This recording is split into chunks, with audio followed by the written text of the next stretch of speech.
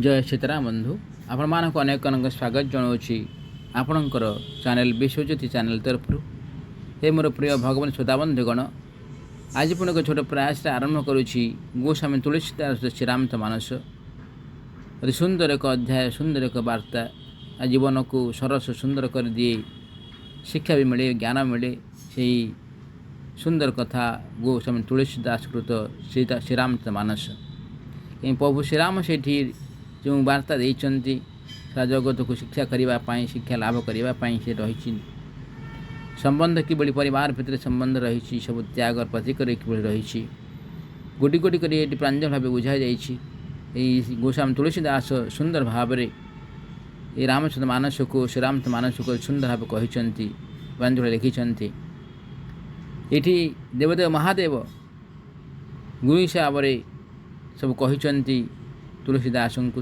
गोस्वामी तुलसीदास को आसंता शुणा और जाना आम ता पूर्व अध्याय शुणी जे महाप्रभु प्रभु श्रीराम जाए और लक्ष्मण सीता जाइंट वनवास करने वनवास तमसा नदी पार हेले तमसा नदी पर गंगा कूल पहुँचे शुंगबरपुर गंगा नदी कूल अवस्थान कर गंगा नदी को प्रणाम कर गंगा जल पान कर गाधोई तापर ये सुमंत महामंत्री सुमंत साथी भी जाइंट महामंत्री सुमंत कहते भाई तात तुम्हें एथर घर को पलि जातु ये पिता अच्छा आप देखाशुना करेंगे ये महामंत्री सुमंत कहते महाराज दशरथ कही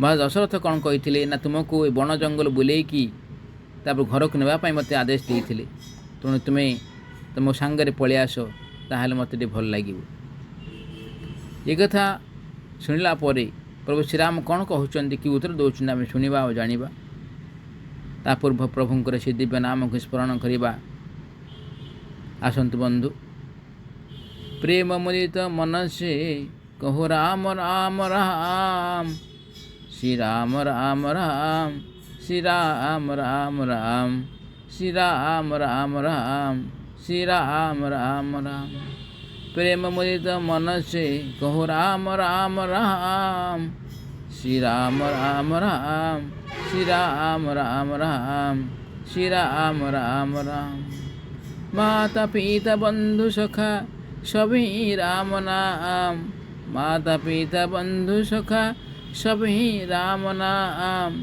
श्री राम राम राम श्री राम राम राम श्री राम राम राम श्री राम राम राम जय सीताराम बंधु पुणी थे आपण मानक स्वागत जनाऊँगी आपण मानक सर्वप्रथम प्रणाम जनाऊँगी भगवान को प्रणाम जनाऊँगी तापर आसंत आरंभ करवा से परम पवित्र परम कल्याणदायी परम मोक्षदायी परम शिक्षाप्रद गोस्वामी तुलसीदास श्रीराम मानस आम पूर्व शुणी जे प्रभु श्रीराम महामंत्री सुमंत को कौन कहते आम कोटि कोटि कर शुणा और जाना शिवी दधिची हरिचंदन रेशा सहे धर्म हित कोटि कलेशा रंति देव बलि भूप सुबा सुजाना धर्म धरऊ रही संकट नाना ये कहते राजा शिवी दधिची और राजा हरिचंद्र धर्म निमंत बहु कष्ट सही बुद्धिमान राजा रंति देव और बलि बहु संकट सह्य करी मध्य धर्म रे दृढ़ रही ये सब उदाहरण देवार तात्पर्य होची प्रभु श्रीराम कहते जे मो पिता सत्य संकल्प करिचंती मते वनवास जावाई से सत्य पितृसत्य पालन करने बण को आसी तेणु पितृसत्य पालन करने 14 वर्ष वनवास करी तापर जाकि जीवी ये हूँ मु धर्म सहित धर्म संकटर सहित धर्म को पालन करुच्ची तेणु मु घर को फेरबार प्रश्न ना 14 वर्ष पर ये वनवास सर वनवास सरला पहुँची अयोध्या नगरी ये कथा कहते प्रभुंर माया तो विचित्र आज सांसारिक जदि व्यक्ति को कह ता भितर भी सी कहीपर जे ने वृद्ध पितामाता को छाड़ी कौन जावा कथा कि सी चली आसती पारि था किंतु प्रभु श्रीराम आसी पितामाता आसी ना पितामाता इच्छा पालन करते पितामाता महाराज दशरथ माँ कौशल्या पूर्व जन्म मनु और शतरूपा थिले। मनु शतरूपा पर सी भगवान को प्रार्थना करते जे आमे प्रत्येक जन्म आमे तुमर माता पिता हबु। आपन जो जो जन्म पृथ्वी जन्म लाभ करेंगे, जो जन्म लाभ करेंगे आपणकर आमे पितामाता हेबु। तेणु से अनुसार से पितामाता होगापाई गोटे भक्तर भावना को परिविष्ट करने से पितामाता मात्र होती। प्रभुंकर प्रति क्षेत्र में प्रति कोण अनुकूल निश्चित अच्छा सब शुणुंट जानूँ सब करुँच कि पार्थिव शरीर मानव शरीर भितर जो भगवान श्रीराम आसी से निज कर्तव्य पालन करने देवता मान उद्देश्य आसी। देवता मानकर कर्तव्य पालन कर देवता मान सुख देवाई से आसी। तेणु से निर्द्वंद्व कहीपारती जे तुम्हें चली जाओ मु 14 वर्ष वनवास देवी। ये जो उदाहरण देते जे राजा शिवी आपण मैंने दधीचिंग ना अच्छी, राजा शरचंद्र ना अच्छी, आउ राजा रंतीदेव नाम अच्छी, बड़ी भी ना रही। आपण मैंने प्रश्न पचारि पारती जे ये सब विषय ये जो प्रकृति से सब किए। राजा शिवी थिले जने महान राजा, धर्मपरायण राजा। धर्मपरायण राजा से निजर धर्म प्रजा पालन करते। दिने कौन है जने जने चिल पक्षी कौन कला ना जने कपत को मारिबापी कपत खाइबापी से पछरे पछरे गोड़ेला। कपत निज प्राण विकल दौड़ी दौड़ी चारिआडे बुलिला, कौन जगह संकट किए रक्षा करें ना। शेष को देखला जे प्रजापालन राजा शिवी सी तो बहुत प्रजापालक और बहुत बलिष्ठ बहुत वीर पराक्रमी, से निश्चित मत रक्षा करी। तेणु से जाकि जो राजा शिवी निज शासन बसी सिंहासन बसी राज सिंहासन बसी से कपत जा कोल बसीगला। कोल बसीगला पछरे पछरे दौड़ी चिल। से चिल कौन कला ना जा पहुँचीगला से राजा पाखरे। राजा पाखे जो पहुँचीगला राजा कोल तो आश्रय नहीं जाइए। कपत को कहूँ प्रभु ये महाराज मत रक्षा करंतु, मत चिल आसी मत खाईदेव, तेणु मत रक्षा करंतु। ये राजा को चिल कहूँ हे महाराज आपन तो धर्मपरायण, मत मोर खाद्य को फेरई दिंतु, मुझे बहुत भूखिला अच्छी। तेणु ये भूखिला अच्छी शुणला महाराज शिवी कहले जे किसी कथा ना, तुम्हें जो चाहूच आर मांस पुड़ा खाइबापी मु तुमको जेकोसी पारे तुमको खाद्य व्यवस्था करदेवी, तुम्हें खाईपर। नाई ना से भाई कथा नुहे, आपण मत से कपत की ही दिंतु, कपतर ही मुझे स्वीकार करी, कपत ही खाइबी। कह आश्चर्य कथा जे कपत मो तो शरण पशि मु शरण वत्सल को मु त्याग करें ना। तेणु शरण वत्सल को त्याग करने एक अपराध मध्य। तेणुक मु जन मानव शरीर हिसाब से महाराज हिसाब से मु रक्षा करवा समस्त प्रजा पालन करवा समस्त मोर कर्तव्य। तेणु कर्तव्य दृष्टि मो पाक जन आसी शरण पशि जीवन रक्षा करने जीवन रक्षा करने दायित्व मोर। तो तदी ये चिल कहते चिल कहते जदि ठीक कथा आप कहते ताहले गोटे कथा आप संकल्प करेंगे जे आपन जदि मु ओजन कराजिवो मु गोटे तौल रे बसबी, कपत गोटे मु गोटे तौल रे बसबी, क्षमा करेंगे गोटे कपत गोटे तौल रे बसब, कपत ओजन आपण मांस देबे। आपण मांस देबे कि भली ना आपण शरीर काटिक मांस देबे, ताहले मु ग्रहण करि परिबी। आपण शरीर कपत ओजन मांस यदि देबे ताहले मु ताहा ग्रहण करी। ठीक कथा ये संकल्प कर देइचंती महाराज शिवी। तेणु कौन कले निज शरीर को संकल्प अनुसार धर्म संकट पड़गले और संकट उद्धार करे से संकल्प उद्धार करने धर्म को बजाय रखापी निज शरीर कपत ओजन मांस से तौल पकईले निकित पकईले। किंतु निकिति जिते परिमाण शरीर मांस पकाउछंती काटी मांस काटिकी पकाउछन शरीर तथापि से कपतर ओजन सामान हो पारना। तेणु शरीर सारा जेकोसी प्रति कोण अनुकूल से निजे काटिकी पकाउछंती से मांस निकिति तथापि ओजन सामान हो पारा ना। जो हो पारा ना शरीर खाली हाड़ रहा खाली आउ कि रहा ना, तथापि कपत ओजन समकक्ष हो पारा ना। से कौन है ना ये सब परीक्षा जो हो चली भगवान विष्णु ही परीक्षा करुले।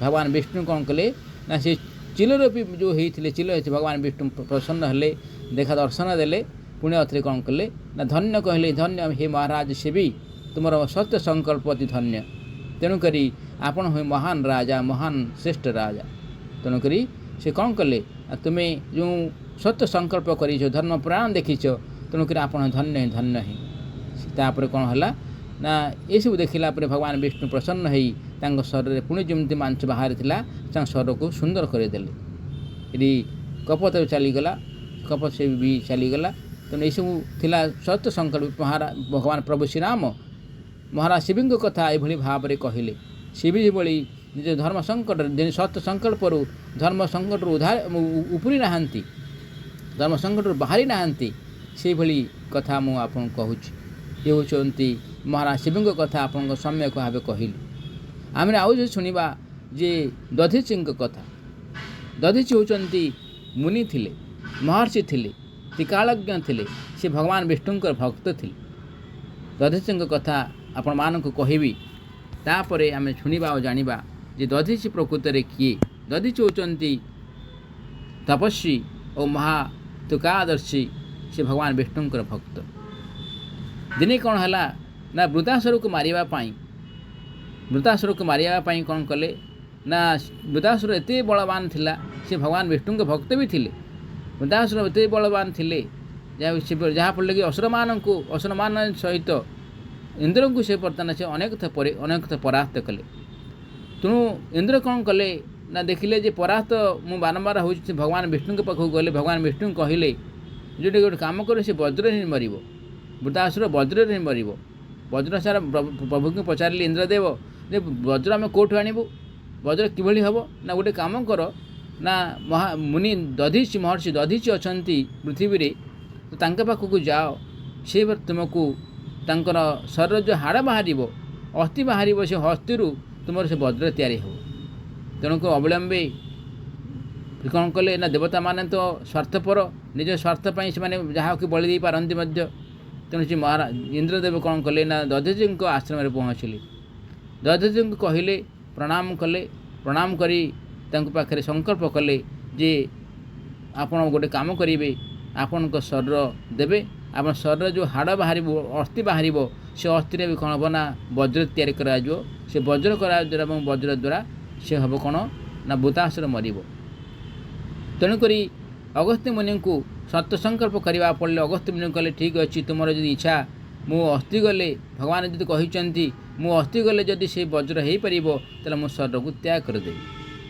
तेणुक दधीची मुनि शरीर को त्याग करदेले शरीर जो अस्थि बाहर से अस्थि कौन है ना वज्र तैयारी है से वज्र द्वारा वृतासुर को इंद्र मारिदे ये है दधीची कथा कहीं दधीच ये कहवा कथा जे दधी जो सत्य संकल्प कर संकल्प करते मु देवी बोली से देवी शरीर को त्याग करदे ये होती दधीची कथा आउ गोटे कहवा राजा हरिश्चंद्र महाराज हरिश्चंद्र थे दानवीर थे सी महान दानवीर थे एत दानवीर थे जे कि कहवा ततुल्य नुहे ये सुंदर दान सबकि दान कर श्रेष्ठ थे तेणु राजा हरिश्चंद्र दानवीर हरिश्चंद्र कहला सारा स्वर्ग मर्त पाताल चारिए भूरी भूरी प्रशंसा जात होते एक परीक्षा करने कौन कले ना विश्वामित्र आसिले राजसभा को आसला कहले जे तुम्हें संकल्प कर मत तुम दान देव से समस्त सबू मुनि ऋषि मान दान दियंती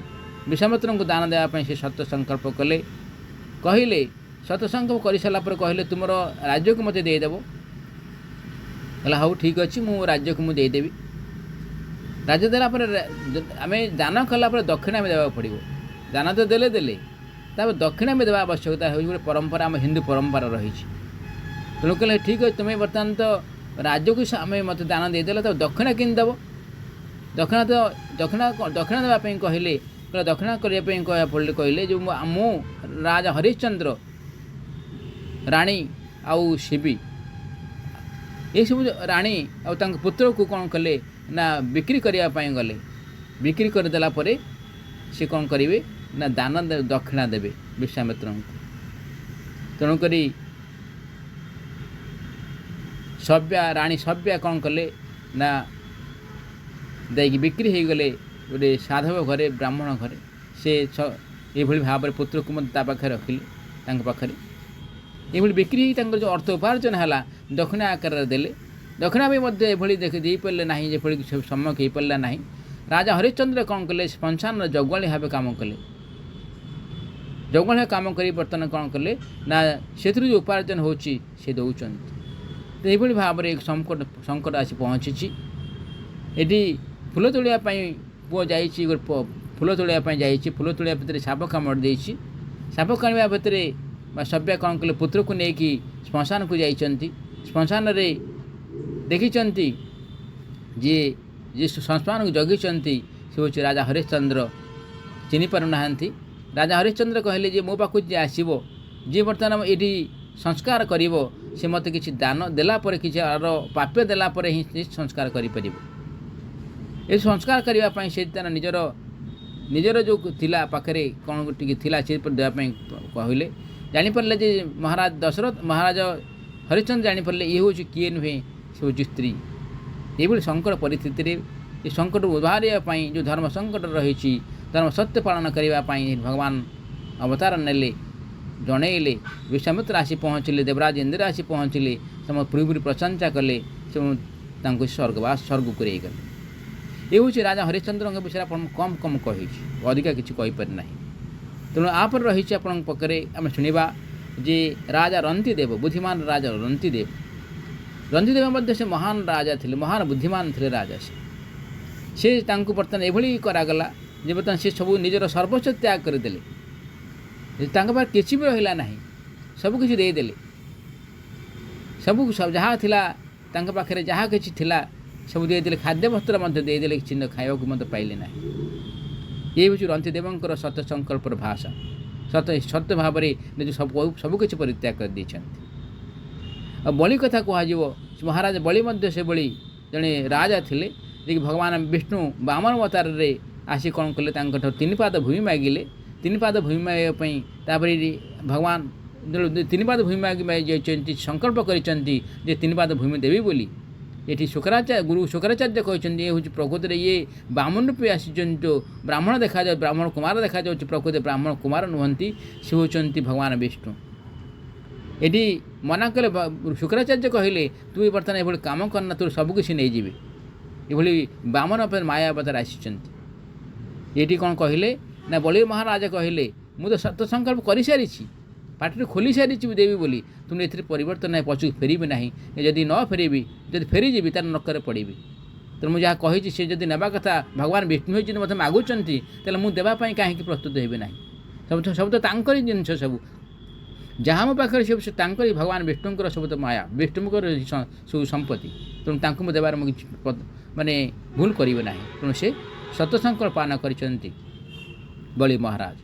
ଏ କଥା କହୁଛନ୍ତି ପ୍ରଭୁ ଶ୍ରୀରାମ ମହାମନ୍ତ୍ରୀ ସୁମନ୍ତଙ୍କୁ କହୁଛନ୍ତି, ଯେ ସେ ଗୋଟିଏ କରି କହିଛନ୍ତି।